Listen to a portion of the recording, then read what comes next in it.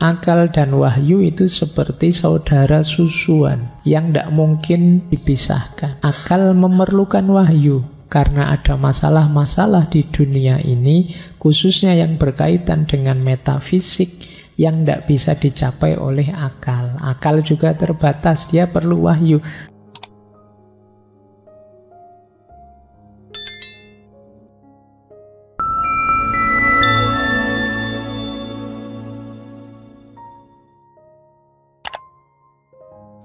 Assalamualaikum warahmatullahi wabarakatuh.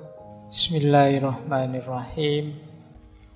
Ada satu teori yang bilang begini, bahwa agama dan filsafat itu bisa saling mendukung. Apa yang bisa diberikan oleh agama pada filsafat? Yang pertama, agama bisa memberikan inspirasi, bahan tentang kebenaran pada filsafat. Yang kedua, agama bisa memberi argumentasi. Tentu saja argumentasi religius, berdasarkan teks, berdasarkan pengalaman keagamaan, berdasarkan fenomena keagamaan. Yang ketiga, agama bisa memberi orientasi berpikir. Filsafat itu kan kalau tadi inquiry, hakikatnya kan alat. Alat itu dipakai untuk tujuan apa? Nah, itu agama bisa memberi orientasi. Alat akal kita yang canggih itu kamu bawa ke sini loh. Kamu pakai untuk hal-hal yang positif ini loh. Itu agama bisa membantu. Jadi biar jelas tujuan dan arahnya. Dan yang terakhir tentu saja agama memberi banyak wawasan pada filsafat. Akal kan banyak keterbatasan-keterbatasan. Sepinter apapun orang, tidak ada orang yang tahu segalanya. Jadi tidak ada orang yang sepinter Google atau ChatGPT.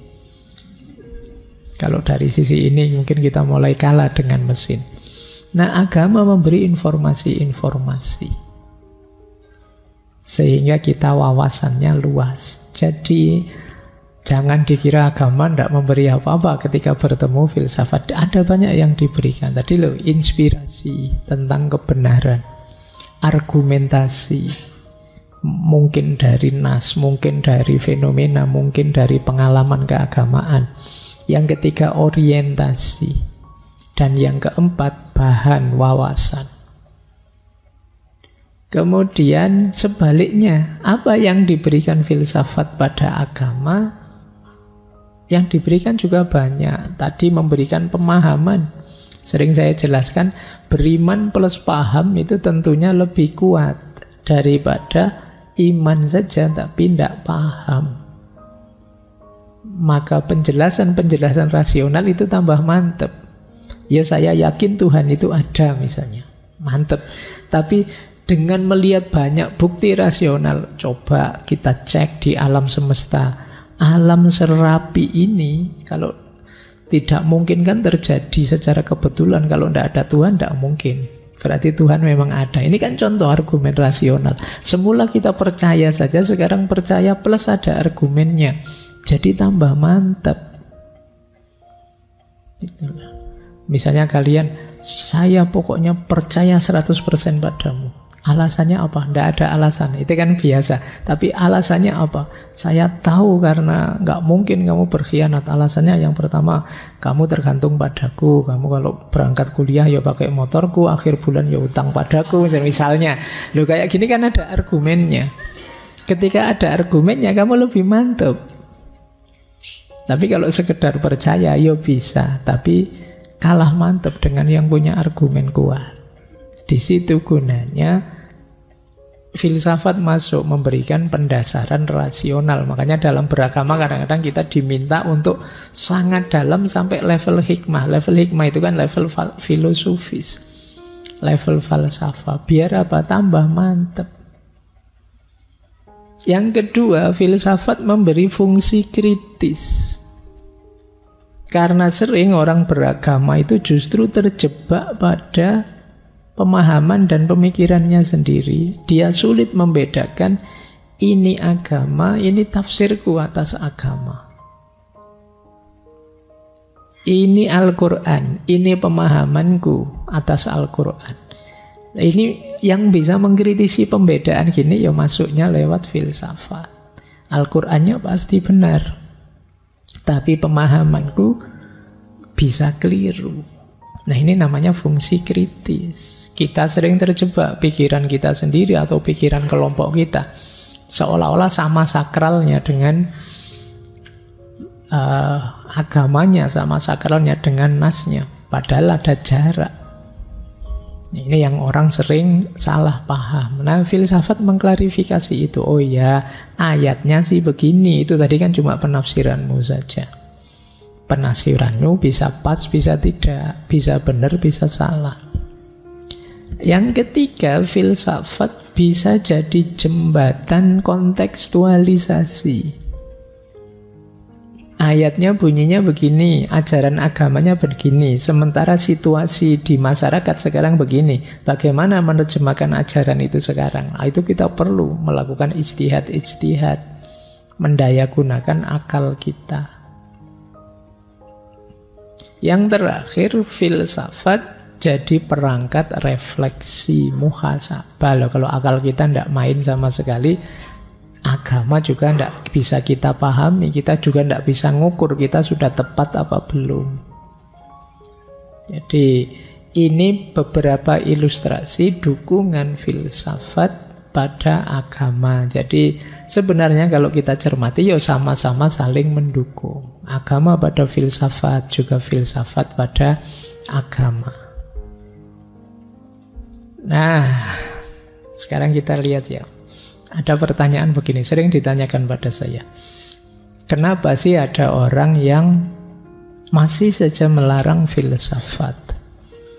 Sekarang saya agak ganti posisi ya, seandainya saya mereka yang melarang filsafat. Termasuk beberapa agamawan.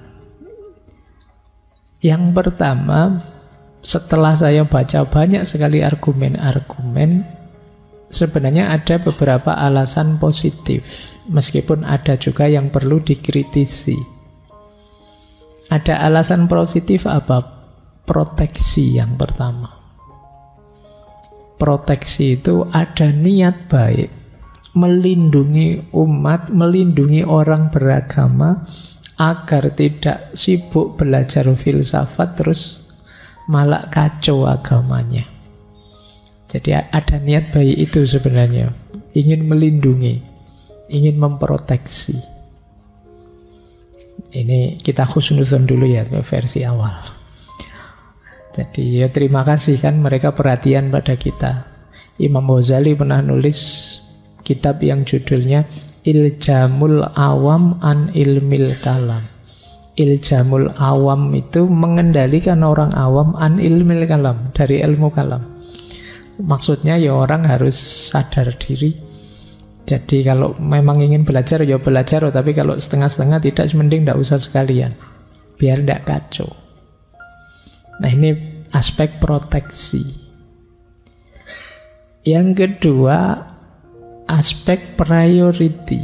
Aspek priority itu iya, filsafat itu baik, filsafat itu penting, tapi dia tidak nomor satu. Dia tidak fardu ain. Di beberapa ulama disebut filsafat itu hanya fardu kifayah kok. Tidak harus semuanya jadi ahli filsafat, nanti malah ruwet dunia ini. Ngwayal kafe itu kan ya malah susah. Semuanya filsafatan, tidak ya sebagian. Kalau sudah banyak, beberapa sudah ahli filsafat, ya sudah, tidak harus semuanya. Jadi sifatnya fardu kifayah. Priority itu ada yang lebih penting, jangan didahulukan yang ini dulu. Ya nanti kalau yang lebih penting beres baru ini. Ya kalau bagi agamawan yang lebih penting itu mungkin akidahnya, mungkin ibadah dasarnya dan lain sebagainya. Itu argumen positif kedua. Argumen ketiga, kapasitas. Nah ini kalau di Ibnu Rus juga disebut kapasitas itu. Manusia itu ada yang levelnya khotobiyun, ada yang jadaliyun, ada yang level hikmah. Jadi memang filsafat itu perlu keterampilan khusus, keahlian yang agak mendalam, yang tidak semua orang mampu. Maka ayo mengukur diri, di aspek kapasitas namanya. Ayo sadar, wah saya belum nyampe kalau ke sana, nanti dulu itu. Nah, ini namanya kapasitas. Jadi wong doa sholat saja saya belum hafal, Pak. Nanti kalau filsafat sholat nanti dulu ya, Pak. Itu saya belum mampu. Ini urusan kapasitas dan prioritas tadi. Jadi ada alasan-alasan ke sana. Nah, ada pula alasan yang ini biasanya tidak disadari, point of view dan interest. Ada kepentingan sehingga point of view, sudut pandangnya terbatas. Hanya melihat ini saja. Misalnya, dari sekian banyak pikiran-pikiran para filosof, ada yang positif, ada yang negatif, ada yang cocok dengan agama, ada yang tidak cocok dengan agama. Diambil yang tidak cocok dengan agama saja. Diambil yang ateis-ateis saja. Terus disimpulkan berarti filsafat itu mesti ateis. Ini namanya sudut pandang yang reduktif. Jadi menilainya kurang utuh. Hanya melihat sisi negatifnya. Apalagi terus ada interest-interest, kepentingan-kepentingan, persaingan-persaingan. Misalnya, zaman dulu ada fase di mana banyak sekali ulama tidak suka dengan aliran Mu'tazilah setelah terjadi peristiwa Mihnah. Ketidaksukaan pada Mu'tazilah itu terus mengimbas pada pandangan semua aliran ilmu kalam itu, apalagi yang menggunakan filsafat itu terus dianggap sesat semua. Nah, ada kepentingan ini kemudian jadi ada konflik, kemudian argumennya didramatisir bahwa semua pikiran ilmu kalam, semua pikiran filsafat itu kacau.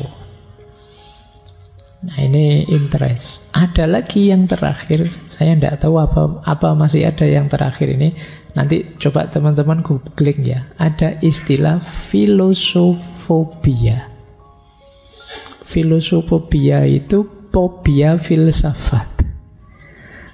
Kalau di penjelasannya sih fobia filsafat itu ada orang yang mengalami trauma-trauma tertentu dengan filsafat atau salah paham tertentu tentang filsafat sehingga dia alergi pada filsafat. Setiap dengar kata filsafat itu bayangannya neraka terus itu. Bayangannya. Jadi itu filosofobia.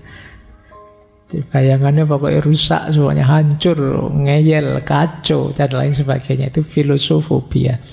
Mungkin kalau ada waktu kita bahas ini ya. Ada istilah-istilah, ada istilah filosofobia, ada istilah anti-filosofi, dan lain sebagainya. Jadi memang ada yang berargumen seperti ini. Saya lanjutkan ya. Oke, mungkin ada yang tanya, apa sih yang dikhawatirkan biasanya oleh orang-orang beragama dari filsafat? Ini yang harus kalian jawab ya, yang rajin ngaji filsafat. Apa iya begini? Ada alasan bahwa filsafat itu mesti tabrakan dengan ajaran agama. Yang kedua, ada yang bilang filsafat itu menantang. Filsafat itu tidak percaya pada semua otoritas religius.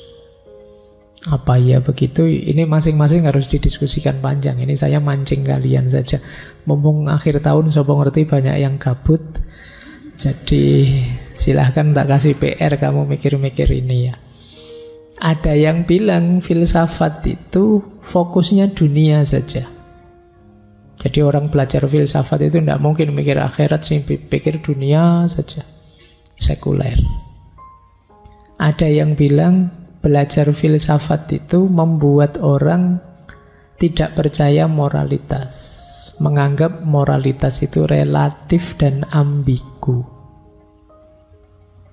Ada juga yang bilang orang belajar filsafat itu biasanya sombong secara intelektual, angkuh, merasa diri lebih pintar dari yang lain.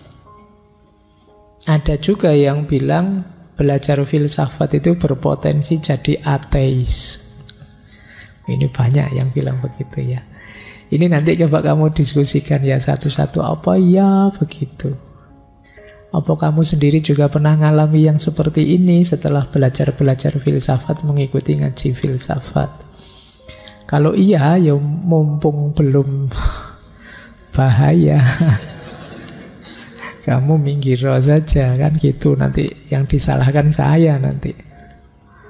Oke, coba dianalisis secara jernih ya. Apa memang filsafat itu selalu tabrakan dengan agama? Apa memang filsafat itu selalu meremehkan otoritas religius? Apa yang dipikir hanya dunia saja? Apa menganggap moralitas itu selalu relatif? Apa terus mesti sombong? Dan apa mesti jatuh jadi ateis? Nah, ini kalian urai nanti. Apa iya begitu? Dari pengalaman mungkin yang sudah lama ikut ngaji filsafat. Lanjut.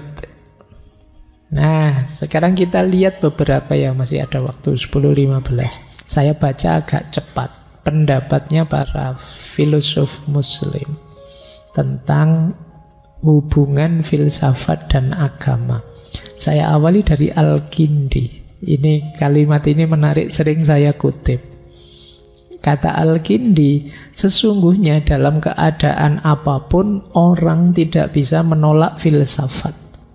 Jika dia menerima filsafat, maka dia akan mempelajarinya.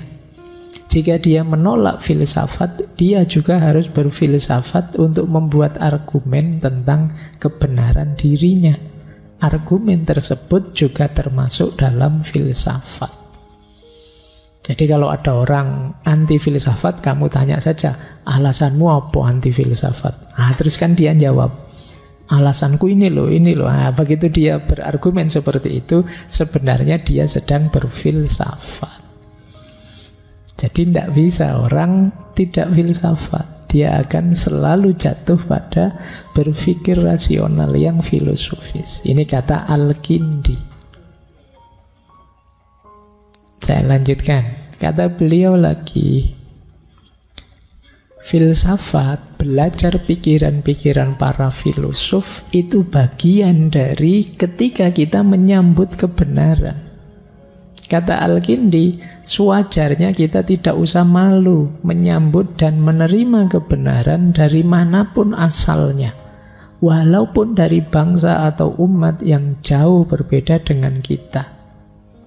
Sesungguhnya tidak ada yang lebih utama bagi pencari kebenaran daripada kebenaran itu sendiri. Adalah tidak wajar merendahkan serta meremehkan orang yang mengatakan dan mengajarkannya. Tidak ada seorang pun yang rendah dengan sebab kebenaran. Bahkan semua orang akan mulia oleh kebenaran.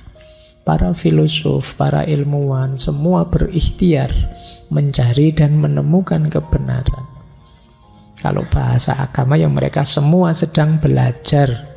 Kalau membaca dulu Bidayatul Hidayah, coba dicek ketika kita mengkaji kitabnya Imam Ghazali itu, siapapun yang belajar maka dia dimuliakan oleh Allah, didoakan oleh semua makhluknya, kata Imam Ghazali, bahkan sampai ikan di laut dan burung yang terbang ikut mendoakan. Jadi maka ayo jangan malu-malu, jangan ragu-ragu, kita terus belajar mencari kebenaran dari manapun, menyambut kebenaran dari siapapun. Jadi di situ bagian dari kita mencari ilmu. Saya lanjutkan. Nah, ini juga Al-Kindi menuntun kita cara menyikapi para filosof. Ada banyak pemikir-pemikir besar yang berkontribusi terhadap peradaban manusia dari dulu sampai sekarang. Termasuk para filosof Yunani. Kata Al-Kindi, adalah kewajiban kita untuk tidak mencela orang yang telah memberi manfaat besar pada kita. Meskipun para filosof itu tidak berhasil mencapai sebagian kebenaran, mereka adalah saudara yang telah memberikan buah pikiran bagi kita, sehingga menjadi jalan dan alat untuk mengetahui banyak hal yang belum mereka capai. Para filosof juga menyadari bahwa tak seorang pun mencapai kebenaran yang sempurna dengan upaya sendiri. Masing-masing pihak mungkin hanya dapat memperolehnya sedikit. Tetapi bila dihimpun butir-butir yang sedikit itu, niscaya akan menjadi saling mengutuhkan. Kita harus menghargai siapapun dia, ilmuwannya, filosofnya, ulamanya, dengan apapun gagasannya. Mungkin ada yang kurang sempurna, ada yang perlu diperbaiki, ada kekurangan ini, kekurangan itu. Tidak boleh mengurangi penghormatan kita pada mereka. Justru karena pikiran-pikiran mereka itulah kita tergerak untuk memperbaiki, punya gagasan lebih baik, menyempurnakan, dan lain sebagainya. Kalau dalam Islam ada istilah ilmu itu cahaya. Berarti siapapun yang dilimpahi ilmu, kebenaran dalam bentuk apapun, sebenarnya sedang memperoleh cahayanya Allah dalam bentuk apapun juga. Maka kata Al-Kindi, yuk kita tetap hormati siapapun itu yang menebar kebenaran, menebar ide, menebar gagasan, meskipun mungkin masih belum sempurna, masih banyak kurangnya. Yaitu jadi tanggung jawab kita saat ini untuk menyempurnakannya.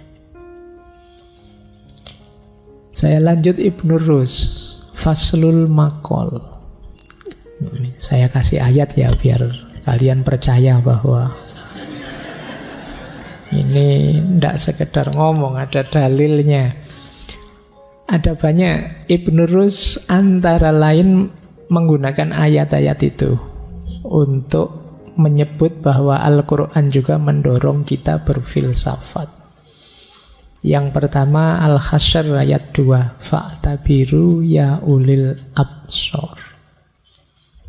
Maka ambillah ibrah. Loh, kalau kita tidak mampu berpikir sampai level filosofis, sulit kita mengambil ibrah.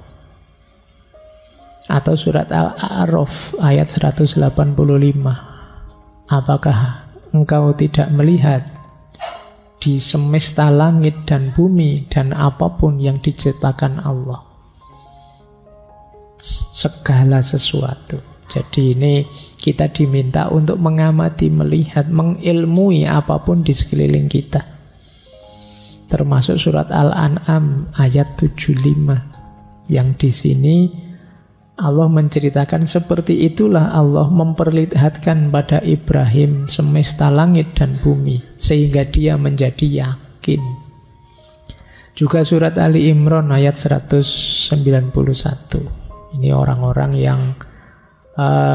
yang ingat Allah dalam keadaan berdiri, duduk, berbaring. Kemudian dia berpikir tentang ciptaan langit dan bumi. Kemudian berkata, Rabbana ma khalaqta hadza batila subhanaka faqina adzabannar.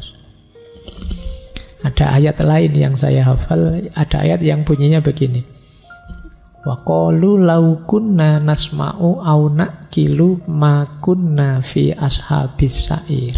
Jadi besok ada sebagian penduduk neraka yang ketika dia di neraka dia mengeluh, laukunna nasma'u au naqilu, seandainya kami dulu mau mendengarkan dan mau berpikir, makunna fi ashabis sa'ir, maka kami tidak akan masuk neraka ini. Jadi di situ mereka menyesal, mbok yo saya dulu di dunia mau berpikir, saya tidak mau mikir masalahnya.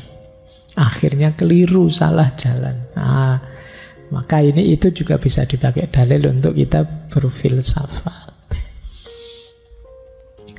Nah, kata Ibnu Rus lagi, filsafat dan syariat itu sebenarnya dua jalan yang berbeda menuju hakikat kebenaran yang sama. Yang satu menggunakan akal, akal ya sumbernya Allah. Yang satu menggunakan wahyu, wahyu apalagi sumbernya Allah. Kebenaran dari dua jalur saling mendukung, saling menguatkan. Kata Ibnu Rus, akal dan wahyu itu seperti saudara susuan, ukhtur rodi'ah, yang tidak mungkin dipisahkan. Akal memerlukan wahyu karena ada masalah-masalah di dunia ini, khususnya yang berkaitan dengan metafisik, yang tidak bisa dicapai oleh akal. Akal juga terbatas, dia perlu wahyu. Sementara wahyu juga memerlukan akal, karena tanpa akal wahyu tidak bisa dipahami. Makanya dulu saya bilang, mana lebih penting, akal atau wahyu? Dua-duanya penting. Akal kalau tidak ada wahyu, ya dia sangat terbatas, mudah terpeleset, tidak punya orientasi. Wahyu kalau tidak ada akal, ya dia apa bisa dipahami kalau akal kita ngaco, kalau akal kita macet. Dua-duanya penting, wong dua-duanya sumbernya Allah. Nah ini menurut Ibnu Rus. Nah ini menarik kata Ibnu Rus. Gimana kalau ada orang sesat? Kan kita sering takut belajar filsafat terus sesat. Kata Ibnu Rus, kalau sampai terjadi seseorang menjadi sesat setelah mempelajari karya-karya itu, mungkin disebabkan oleh lemahnya kemampuan dirinya, atau dia tidak mampu mengendalikan diri, atau dia tidak ketemu seorang pembimbing untuk menjelaskan yang terdapat dalam karya-karya itu. Ini diakui oleh, mungkin ada orang yang memang sesat beneran, tapi hal itu tentu saja tidak boleh menghalang-halangi karya-karya itu dipelajari untuk mereka yang memang punya kemampuan untuk mempelajarinya. Kasus negatif semacam itu adalah sesuatu yang terjadi secara kebetulan, bil arad, dan tidak secara esensial bizat. Sesuatu yang secara esensial mampu memberi manfaat tidak boleh disia-siakan hanya karena ada fenomena dzaror yang terkait dengannya secara aksidental. Jadi misalnya ada loh orang minum air putih tersedak terus meninggal, tapi kan tidak terus jangan minum air putih kalau begitu, kan tidak begitu. Wong itu tadi insidental. Bismillah, kita minum dulu.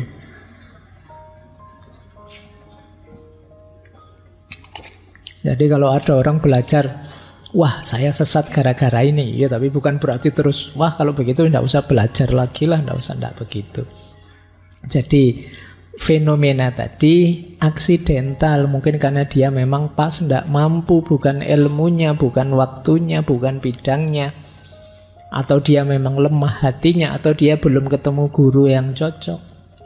Jadi sebabnya banyak. Jangan alasan ini kemudian ditinggal semuanya. Baik, masih ada waktu, tidak jadi dialog. Saya ingin menjelaskan sedikit. Ini juga banyak yang tanya. Imam Ghazali, Tahafutul Falasifah. Jangan lupa Imam Ghazali sangat mengkritik filsafat, tapi beliau juga ahli filsafat. Imam Ghazali menulis sebelum Tahafut Maqasidul Falasifah. Isinya Maqasidul Falasifah mantikiyat, ilahiyat, tabiiyat. Ilmu mantek, ilmu metafisika ketuhanan, dan tentang alam, nature. Nah, setelah nulis Maqasid, beliau menulis Tahafutul Falasifah. Ini beliau mengkritik sebenarnya, yang dikritik gagasannya Al-Farabi dan Ibnu Sina secara umum. Yang itu menurut beliau ada beberapa gagasan yang bertentangan, tidak semuanya. Nah menarik, tadi kan di Maqasid ada mantikiyat, ilahiyat, tabiiyat. Tapi nanti di Tahafut yang dikritik hanya ilahiyat dan tabiiyat. Kalau yang mantik tidak ada kritiknya. Bahkan ya kita harus pinter mantik untuk bisa membaca kitab Tahafut.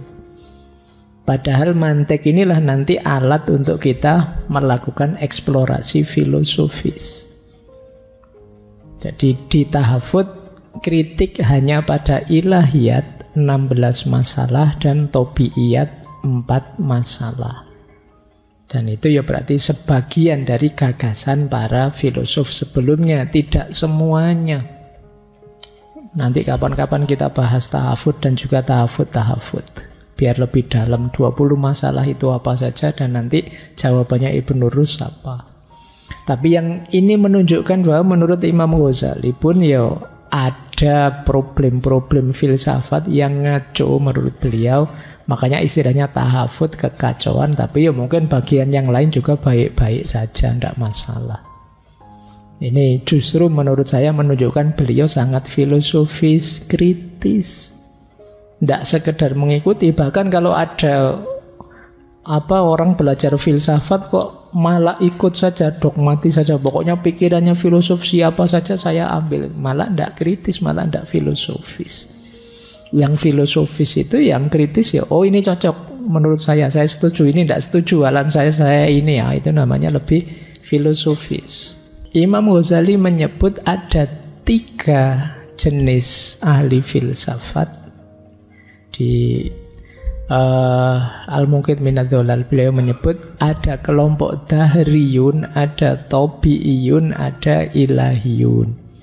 Dari 3 kelompok ini hanya satu yang tidak percaya Tuhan, yaitu kelompok dahriyun, orang-orang ateis yang materialistik. Kalau tobi'iyun, mereka ini percaya sunnatullah, mereka percaya Tuhan, cuma ada beberapa hal eskatologis yang tidak dipercaya. Yang ilahiyun percaya Tuhan. Sokrates, Plato, Aristoteles itu termasuk filosof-filosof yang percaya Tuhan. Tapi ya tidak usah tanya, Sokrates sholat tidak Pak? Plato sholat tidak? Belum ada, itu abad ke-5 sebelum Masehi. Tapi mereka percaya Tuhan, ilahiyun. Nah ini jadi sebagian besar ternyata ya percaya Tuhan, tobi'iyun dan ilahiyun. Coba kita cek, ini saya general saja ya pandangannya Imam Ghazali dari Al-Munqidh. Ilmu filsafat itu isinya 4 kata Imam Ghazali. Ada riyadiyat, ada mantikiyat, ada ilahiyat, ada tobi'iyat. Ini komentarnya Imam Ghazali yang saya tulis merah itu. Kalian boleh setuju, boleh tidak. Kata Imam Ghazali, bagian ilmu hitung dan matematika, riyadiyat itu benar semua sudah. Tidak apa-apa kalian belajar itu. Jadi tidak masalah. Tapi nanti ada mantikiyat. Kalau ilmu mantik sebagian besar benar. Ada hal-hal tertentu yang perlu diklarifikasi lagi tentang jalan penyimpulan. Ini yang harus kita kritisi. Ini ilmu mantikiyat. Beda dengan ilahiyat. Kalau ilahiyat memang ada banyak pikiran yang tidak cocok dengan orang beragama. Banyak salahnya. Meskipun ada juga yang benar. Untuk yang ilahiyat mungkin maunya Imam Ghazali, sudahlah kita memedomani wahyu saja. Karena ini sangat metafisik, akal kita tidak nyampe. Untuk yang tobi'iyat, setengahnya benar tapi setengahnya juga salah. Karena memang tobi'iyat ini sering terjatuh pada materialisme. Melihat alam ini ya sudah ada mekanismenya saja. Lupa bahwa di balik yang fisik ada yang metafisik. Itu makanya beliau menyebut ada separuhnya benar tapi separuhnya ada yang salah. Ini yang saya sebut kritis. Jadi tidak asal tidak setuju atau asal setuju. Ada yang saya cocok, ada yang saya tidak cocok.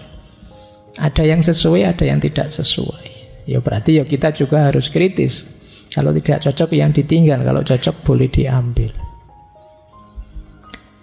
Makanya Imam Ghazali punya kalimat yang menarik. Inna raddal madhab qabla fahmihi wal ittila'i ala kunhihi huwa romyun fi imayatin. Sesungguhnya menolak satu aliran sebelum memahaminya dan jelas hakikatnya itu seperti melempar dalam ketidaktahuan atau kebutaan.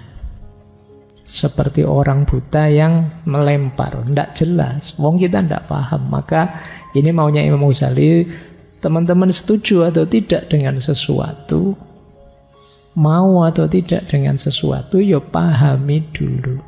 Jangan herd instinct tadi, ikut yang lain saja, yang kritis. Nah, saya tambah satu lagi, ini juga sering sekali ditanyakan ke saya, quote-nya Imam Syafi'i yang tersebar di mana-mana tentang haramnya filsafat. Jadi Imam Syafi'i juga kuat dalam bidang filsafat. Jangan lupa, Imam Syafi'i menyusun usul fikih. Ar-Risalah. Usul fikih itu isinya kaidah-kaidah mantik untuk istimbat hukum. Yang kedua, ini saya ambil dari kitab Manahijul Bahas Inda Mufakkiril Islam, Dr. Ali Sami Bashar.